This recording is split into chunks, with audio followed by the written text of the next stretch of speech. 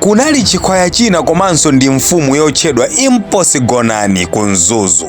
Agonani anali ndi akazi 4 omwe amakhala nawo, asilikali ankhaninkhani. Analibe china chilichonse chosowekera m'moyo mwake, komabe nthawi sigawa chingamu. Olo utamike bwanji thupi automatically limasanzika makwinya pa thupipa. Kudwala kosati wadwala liti choncho Agonani ukalamba unalowa. Ndipo mlangizi wa mfumuwa analangiza mfumu kuti asiye kulamulira ndi kusiya mwana wawo pa mpandowo. Iwo monga mafumu akakalamba achitira apite kumalo ena ku nkhalango komwe akamalizise masiku awo osala ali m'mapemphero kumeneko. Komabe kokamaliza kamoyoko amfumu anaganiza kwa kadona kamodzi kuti kakhale nawo limodzi kazikawagirigisha mkuwachosa nkhawa. Mfumu Gonani anakapeza mkazi wake omaliza poti ndiye amaoneka wanthete kuti akhale naye mu ulendo umenewu. Ankamukondesesa mkazi ameneyuyu. Mphaso zinalibe kuti wapereka ina dzulo, ndipo anali ndi chitsimikizo chonse kuti apita naye. Amfumu anati, mkazi wanga, ndaganiza zosiya ufumu ndi kupita kukakhala ku nkhalango m'mapemphero, ndipo ndimafuna iwe tikhale limodzi. Ndiye misala yanji imeneyi? Muli ndi ufulu wopita kwina kulikonse mungafune, koma osati ndine ayi. Mumpeze wina, ine sindikuchokapo pano ndili kupalesi kuno. Amfumu anakhumudwa. Ndakhala ndikumupangira kena kalikonse m'moyomu, koma lero akundikana kundiperekeza poti ndatha. Anatuluka mu rumu ndi kukhumudwa kwakeko, ali ndi chiyembekezo choti mkazi wachitatu ndipita naye zitheka. Anapita kwa mkazi wachitatu yemwe anali okongola kwambiri, odekha ndi omvesesa, nati, mami, ndimakukonda kwambiri ndipo ndikufuna tikhale limodzi moyo onse, ndipo ndikupita ku jango nzikakhala konko, koma ungapite nane?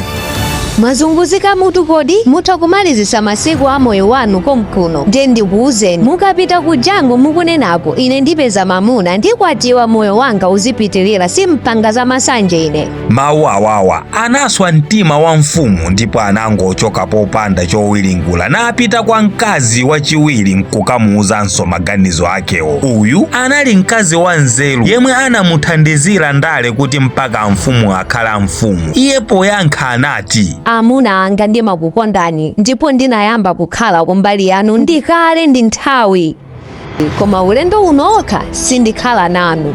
Nkanakonda ndikanateno, koma sole ningokufunirani masiku anu otsalawo kukhala opambana ku jango mukupitako. Agonani kukhumudwa kunapitilira koposa, nafuna kuyesa mkazi omaliza yemwe atamufotokozera anati, ndipita nanu mfumu yanga.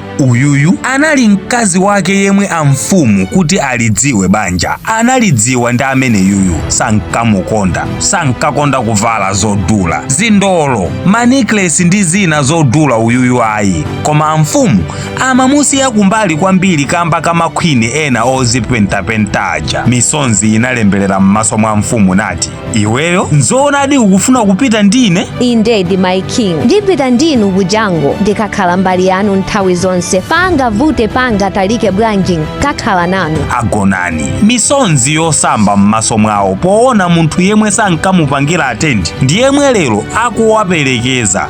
Ndipo mfumu anapita ndi mkazi woyamba uja ku jango. Nkhani yanga yonseyi si ya mfumu, makhwini kapena kukwatira akazi 4 ayi, koma ndi ya inu ndi ine ndi anebawo.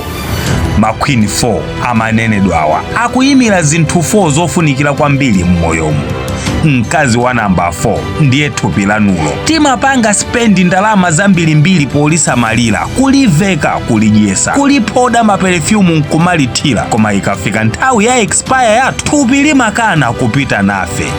Mkazi wachitatu akuyimira chuma ndi zinthu zomwe tili nazo mdzikoli, magalimoto, manyumba, mabizinesi ndi zina zambiri tili nazo mukuziziwa nokha muliko, nomata munadzikhesera thukuta motani, koma nthawi ya expire ikadzakwana zidzakhala za ena olo mutakhala munazikondesesa motani, sizidzakuperekezani komwe mukupitako. Mkazi wachiwiri uja akuyimira achibale ako. Mkazi wako ndi ana okukonda, amakukonda molapisa mpaka kulekeza pamaliro pako, kwinako sangathe kukuperekeza, umakhala wekha onse atakana kupitako. ndipo mkazi woyamba yemwe anthu ambiri ife timamutaya ndi kumusambula ndiye ndi mzimu wathu. Mzimu wathu umakhala nafe mmoyo uno komanso mmoyo wina obwerawo.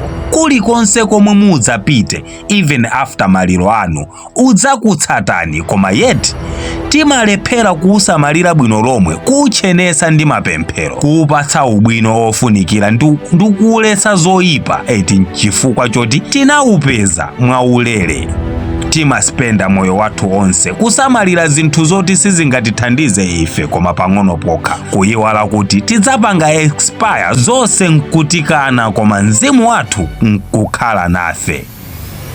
Ndiye ndili ndi funso limodzi kwa inu anzanga mukumvera komanso mukuonera uthengawu, kuti kodi mzimu wanuwo mukuuchenesa muja momwe mzimu uyenera kuchenera? Ndine Dini Studios ndipo ndapanga notice kuti mavidiyo anga amaoneredwa ndi anthu ochuluka kwambiri, koma yet still simunapange follow page yathu. Osayiwala kupanga follow, like, comment komanso share nkhani ya mfumu agonani kuti nawo anzanu ndi ane banja uwapeze uthengawu. Zikomo kuonera video iyi.